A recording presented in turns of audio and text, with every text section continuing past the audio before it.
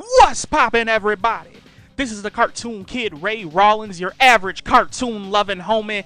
And today, man, I got another classic SpongeBob review for you guys, man. We did modern last Monday. We're doing classic this Monday, baby.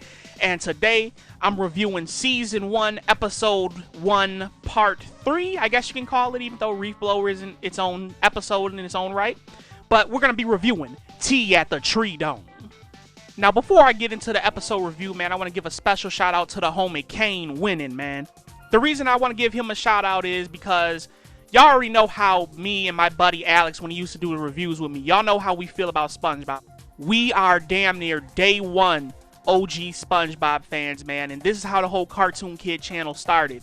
And I love seeing people who actually come in and watch our reviews and actually like them, man. This Kane dude, he really fucks with the reviews, and a lot of people I notice really fuck with our SpongeBob reviews. And even when I do them here solo by myself, man, people really fuck with them. And Kane's been dropping some good, nice comments, and, you know, like I always say, man, when I see good comments, it motivates me to want to do more of not only just SpongeBob reviews, but all reviews in general. I know last week was a slow week, but it's just nice seeing those motivating comments. And Kane somewhat suggested this episode review right here, so big shout out to the homie, man. But y'all know the routine, man. Before I start breaking this episode down, I gotta give y'all that episode breakdown. Y'all know what it is. So for whatever reason, if you don't know what this episode is, man, this is the first episode where our spongy homie, Mr. SpongeBob SquarePants, meets Sandy Cheeks, the squirrel homie. SpongeBob's out there doing his little jellyfishing thing, and he sees Sandy being attacked by this giant, I want to say blue clam, or was it purple? I don't know, man. It's one of them colors. But she getting attacked by a giant clam either way. So SpongeBob's standing back watching, and Sandy's just beating this clam's ass. She's picking it up, freaking slamming it like she's a WWE wrestler, right? So Sandy over here does her little taunt. The clam comes back to get her again. And SpongeBob's like, yo, I'm finna come jump in and help. So SpongeBob jumps in that bitch, makes it a 2-on-1 handicap match, saying, it's time for you to get vanquished, giant clam. And he's grabbing onto the little head, you know, trying to be hero. And he's lifting with all his might. And he's seeing that it's working. He's like, oh, wow, I'm actually doing this. So Sandy, big buff-ass squirrel, she's freaking pretty much yanks the clam's top off and sends SpongeBob flying. Long story short, the two end up brawling with the clam, and SpongeBob ends up having to need to get his ass saved. So they have their little introduction and whatnot. You know, they talk about their love for karate. Sandy is just outmatching his ass every rip.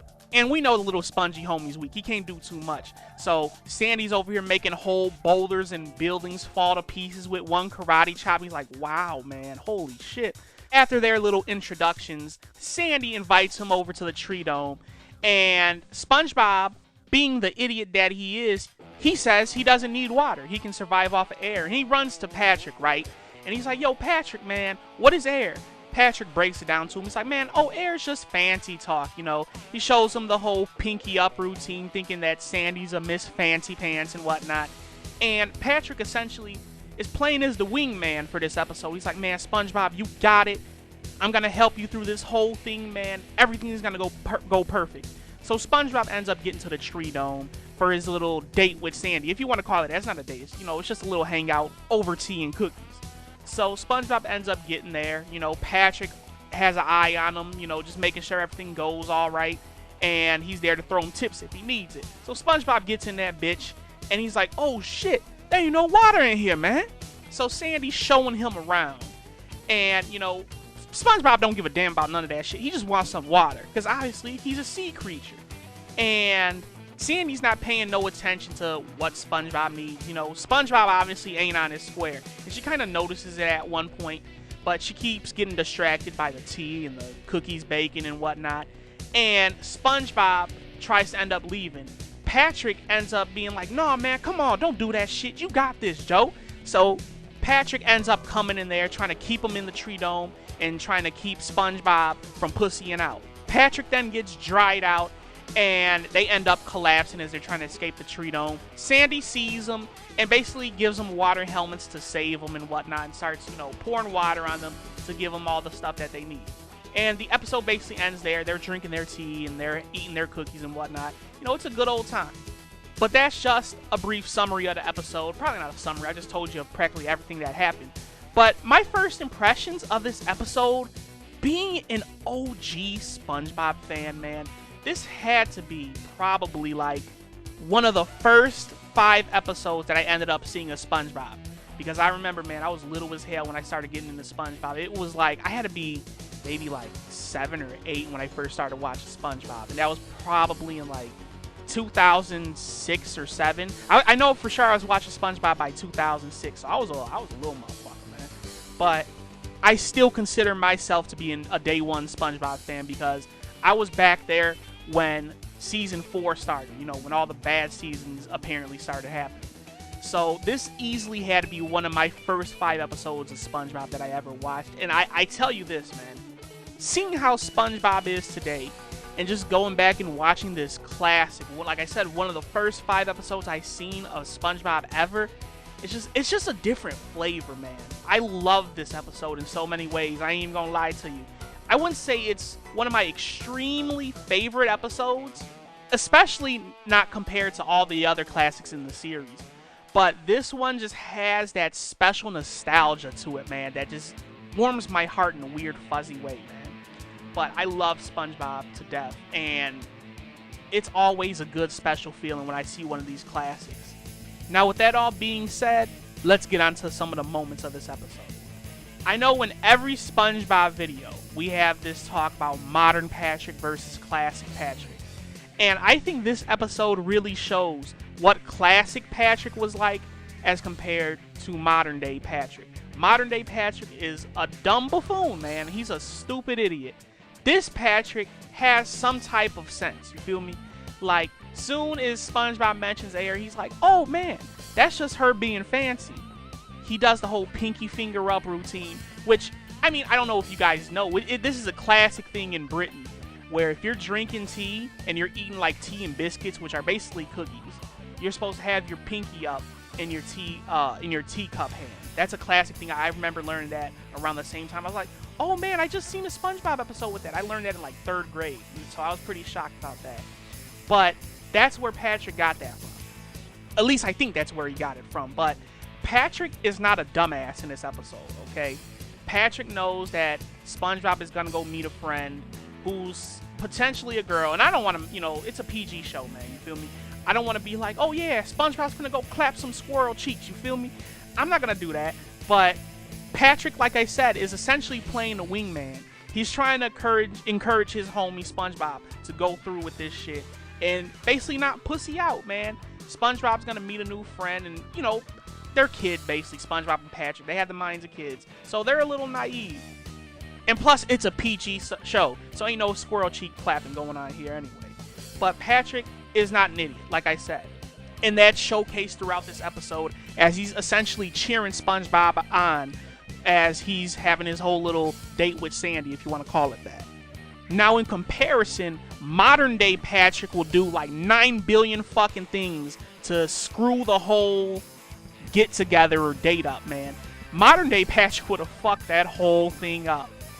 As SpongeBob's trying to escape, Patrick wouldn't jump in there to cheer him on like classic Patrick. Modern day Patrick would basically do something along the lines of keeping SpongeBob in there, not to encourage him to go on with the whole get together, but to be a hindrance. So that's the main difference between the two Patricks, in my opinion. So I like this Patrick, man. Patrick's basically serving his cheerleader. SpongeBob's trying to get up out that jam. Patrick's like, nuh-uh, man, you're not a quitter. Pinky up, keep on with this shit. And you can see, obviously, Patrick's support basically convinces SpongeBob to keep going on with everything. He's like, man, I don't need no water, man. Water's for quitters, man. And you can see a whole bunch of times in this episode that Patrick's support helps out SpongeBob a lot, man, because SpongeBob was so close to quitting. And he's like, man, I don't need no water. Water's for quitters. He's going on with everything until he obviously can't take it no more.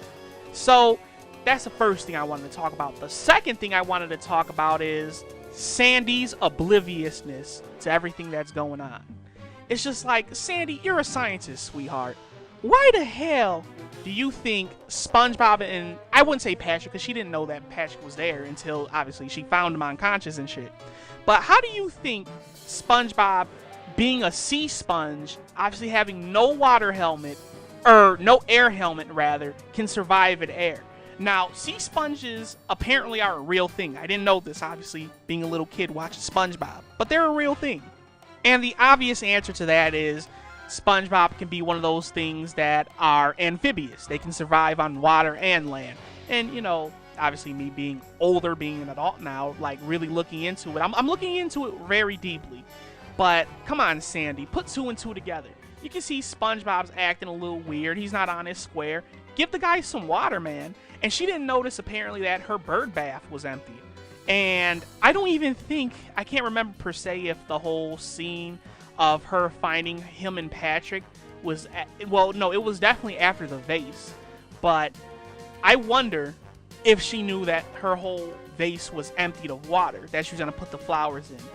And you also have to point out that whole scene where she's just showing them the water. It's just like, damn, you don't know what you're doing to our homie right now. Come on, man. Why are you showing them this ice cold water? You see the ice cubes just floating to the bottom of the glass. You see them just all the dew in the glass and whatnot. That just reminds me, you know, on a nice hot summer day, man, maybe you just got done playing a sport or whatever, you're doing yard work, you know, you just got done in that hot ass weather. You go inside in your air conditioned crib, or maybe you don't have air conditioning, but either way, the end result's still the same. As soon as you go into the crib, you get you an ice cold drink. And it's just like, damn, you doing this to SpongeBob? Come on, man. Everybody's been there. So I just love that scene. It's like something we can all relate to, man. Well, unless you live in like Alaska or something, or Antarctica. Nobody. What the fuck did I say that? But you know what I mean. The final scene, obviously, where she finds SpongeBob and Patrick unconscious. And she basically gets the whole realization like, yo, these things need water, man. So she basically gives them the water, and I just like the whole awkwardness. It's just like, obviously I know they're all messed up, so they're not trying to have no full-on conversation. But they're drinking tea and they're eating cookies. You know, just gotta like the awkward silence. I think it's also funny, too, that that scene's never mentioned. That whole episode is never referenced in later episodes. Obviously, you see whenever they go into the Treedome, they have the water helmets and everything. But to get on to my review, man, like I said, this episode is very special to me. This has been one of the first episodes that I ended up watching of the series, and I gotta say, I can't remember at the time how I felt about this episode, but I know for sure that I really ended up enjoying it. I really did. I really ended up liking this episode when I first seen it. I don't want to sit here and say that modern-day SpongeBob can't hold a candle to this, but for me personally, this episode, like I said in the beginning, it has a special type of feeling of nostalgia or euphoria to me. And you guys who watch these reviews would know that, especially if you're OG SpongeBob fans, if there's something that you liked as a kid, it's going to hold a special little significance to you, even when you come back to it as an adult and rewatch. It's like, man, I remember when I first seen that. And that's how I feel about this episode. But I wouldn't say that this is like in my top 10 favorite episodes of SpongeBob. I have to watch every single one and actually tell you guys like where this actually stands. But this is not one of my favorite episodes, but it's still a damn good episode. The thing that really stood out to me for this episode is the whole Patrick factor. And like I said when I was talking about it earlier, this Patrick is leaps and bounds better than modern day Patrick. I wouldn't say this Patrick in this episode is stupid, more of like an idiot savant, but he obviously is not as dumb as modern day Patrick. I've always said that I had a bias towards Patrick, man. I love Patrick. I love anything to do with Patrick, man. And I just love the idea of how he's basically playing as the wingman for SpongeBob. He's cheering his homie on. Even though he wants to give up, he's at the outside of the Treedome basically like, nah, man, don't quit. You got this. Doing a whole pinky up gesture and whatnot. Nah, man, put your pinky up. Don't give up now. I just love that shit, man. Because I feel like I'd be the same type of person in that situation. If I see my homie on a date with a girl, I'm gonna cheer him on. I'm like, man, don't be a bitch. Talk to the hoe. I'm gonna cheer him on every way that I can. And that's, honestly, that's the main thing that stood out to me on this episode. And SpongeBob's like, man, I'm not a quitter. I'm gonna keep on with this shit. That's another thing that I just fucking loved about this episode.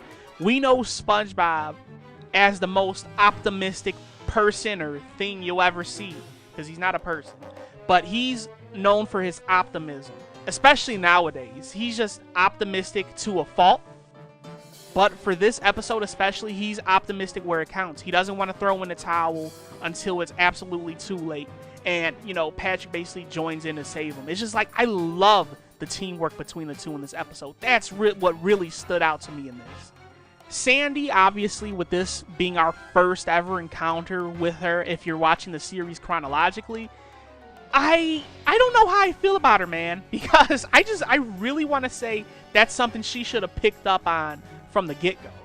You can say she's just really excited because she found the first underwater sea creature who can breathe air, and she's just excited to tell him about how much air this and that provides her and whatnot. She's legitimately excited about that, and she even mentions that in the episode too. But it's like, man, you should have been paying more attention to SpongeBob, because the homie could have died, man. You could have killed the homie, and we wouldn't have had no seasons 2, 3, or 4, or any future episodes, man. Come on now.